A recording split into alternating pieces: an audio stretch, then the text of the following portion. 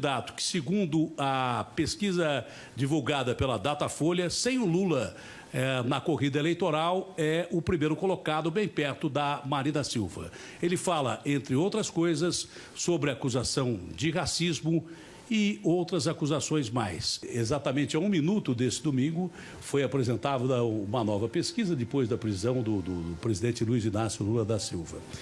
A Marina encostou na pesquisa do Datafolha, está mais próxima de você. Há um empate técnico entre a Marina e você. Como é que você analisa essa última pesquisa do Datafolha, Jair? O Datafolha não goza de credibilidade no Brasil. Nas últimas eleições, 2014, em 63 oportunidades, eles erraram quem ganharia no dia seguinte. Inclusive, o meu filho, no Rio de Janeiro, deu 7% no sábado, no domingo ele teve 14%. Acreditamos, se não tivesse tido essa pesquisa à véspera, o meu filho teria ido para o segundo turno no Rio de Janeiro. Então, a pesquisa influencia e a nata política, né, está de olho nisso. E você fala que eu estou em primeiro, próximo da Marina, com todas as pancadas que eu levo. Essa semana foi um festival por parte do Ministério Público, né, me acusando de racista. A procuradora, a Raquel Dodge, acha que você avançou no sinal, acha que foram declarações racistas, acha até que há preconceito seu contra gays, contra mulheres. Como é que você encara a posição da senhora procuradora da República? Ela acha muito e não encontra nada. Ela teria que primeiro dizer para nós por que ela entrou com uma ação no Supremo Tribunal Federal para acabar com o voto impresso. Ela confia no voto eletrônico ou ela faz parte do mecanismo, do sistema que interessa qualquer um se eleger em 2018, menos Jair Bolsonaro? Quanto aos quilombolas, eu tenho imunidade total por quaisquer palavras, opiniões e votos. Eu gostaria que a ilustríssima senhora Raquel Dodge nos acompanhasse, tem que ser nessa semana. Semana que vem não vale mais. Nesse quilombola que eu fui em Eldorado Paulista, para ver o desperdício de recursos, maquinários abandonados. Eles não fazem absolutamente nada. É uma realidade. Então, senhora Raquel Dodge, vamos no quilombola de Eldorado Paulista para a senhora ver como funciona lá. Tenho certeza que a senhora vai se compadecer e vai me dar razão. E não vai ficar dando um voto dele. Na verdade, não foi um voto. Ela já fez uma sentença para mim, inclusive sugerindo 1 a 3 anos de cadeia. Lamento a posição da senhora também nessa oportunidade. Fake news oficial, você tem falado. E qual é o fake news oficial? A Folha de São Paulo, por exemplo, ela vai no dia 10 de janeiro lá em... Não, eu só queria deixar bem claro que o Bolsonaro está respondendo, mas eu não concordo. Eu acho que o Datafolha é um instituto de credibilidade. Eu acho que a Folha é um jornal de credibilidade. Tudo bem. Você teme que exista uma campanha na imprensa brasileira contra a sua candidatura? Por que a Globo não faz o que você está fazendo aqui agora, Datena? Me convida para um programa ao vivo. Convido tanta gente, Globo News, vamos bater um papo, vamos conversar.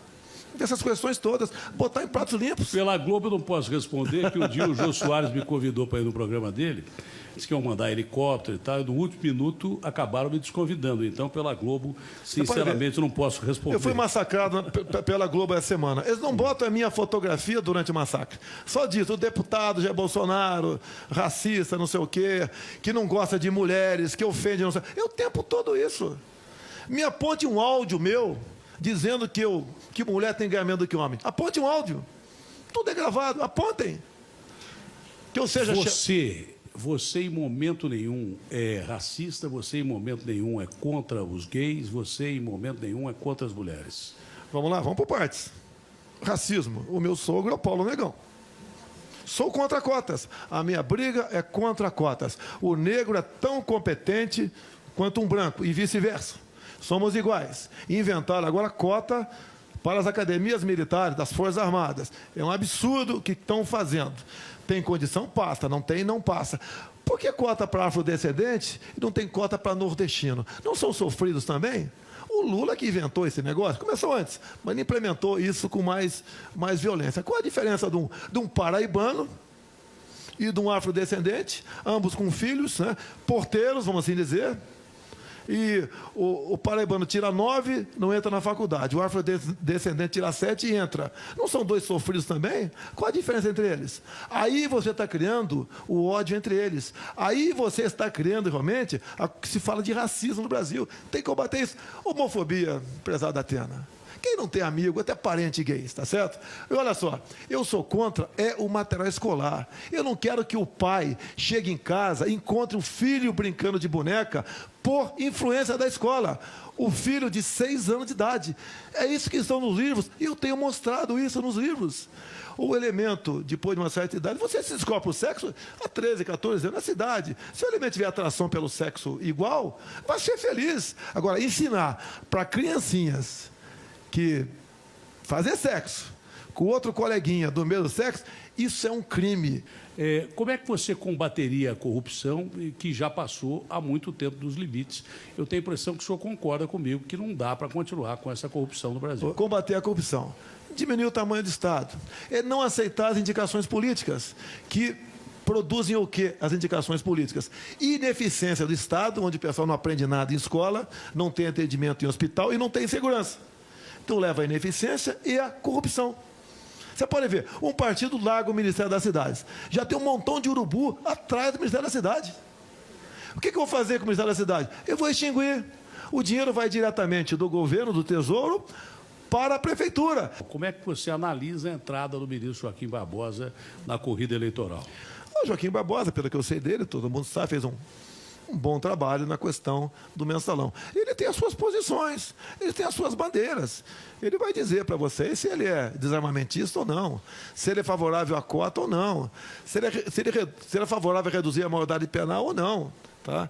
Eu posso ter certeza que as minhas posições são completamente diferentes deles, a que eu tomei conhecimento até o momento. Mas bem-vindo, mais um no palco para bater e apanhar também, com toda certeza. Questão da Lava Jato, você é a favor ou contra?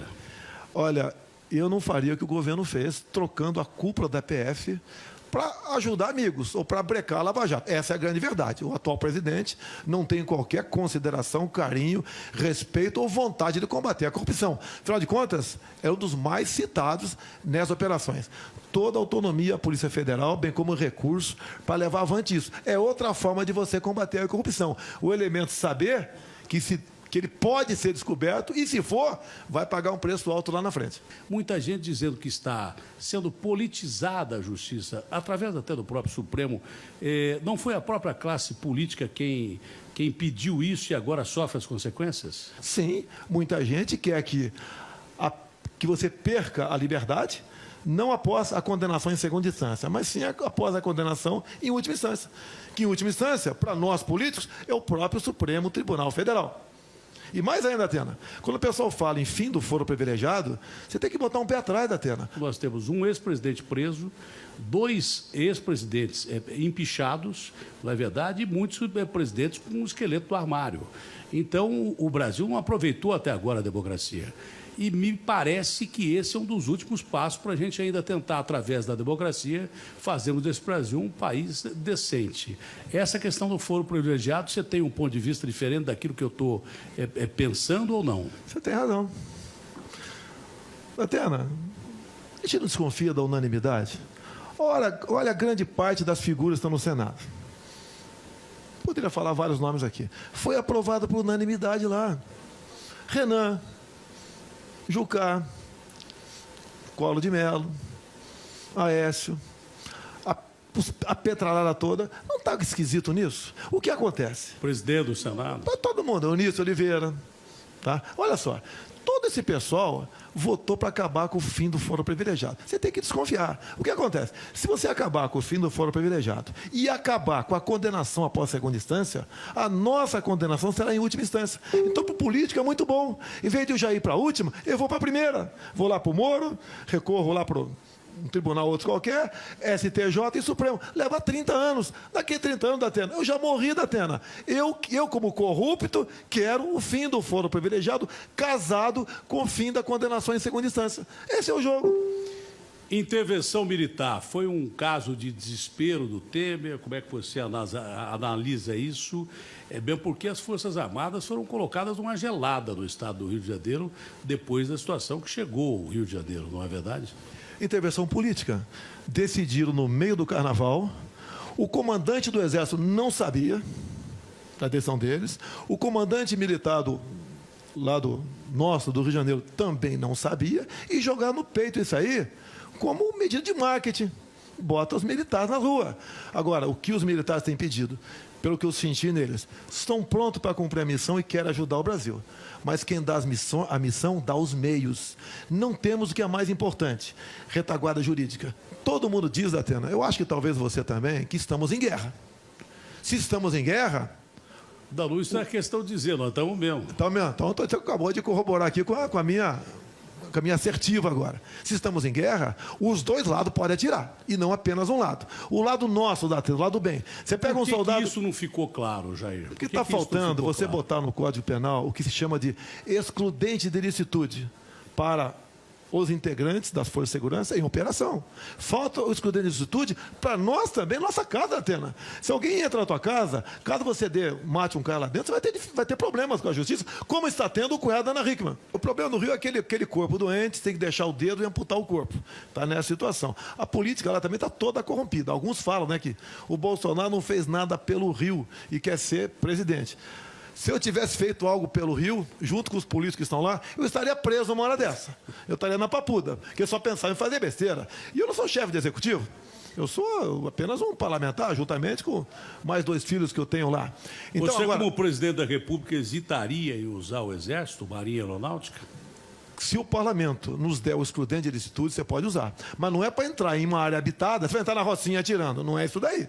Mas, por exemplo, os elementos fugiram para um local onde não tem mais a população. Você bota teus forças especiais para cumprir a missão. E se morrer 10, 50 ou 30, não temos nada a ver com isso. É igual a primeira UPP, se não me engano, 2012, por aí, onde você vê uma horda de uns 200 bandidos fugindo com um fuzil nas costas.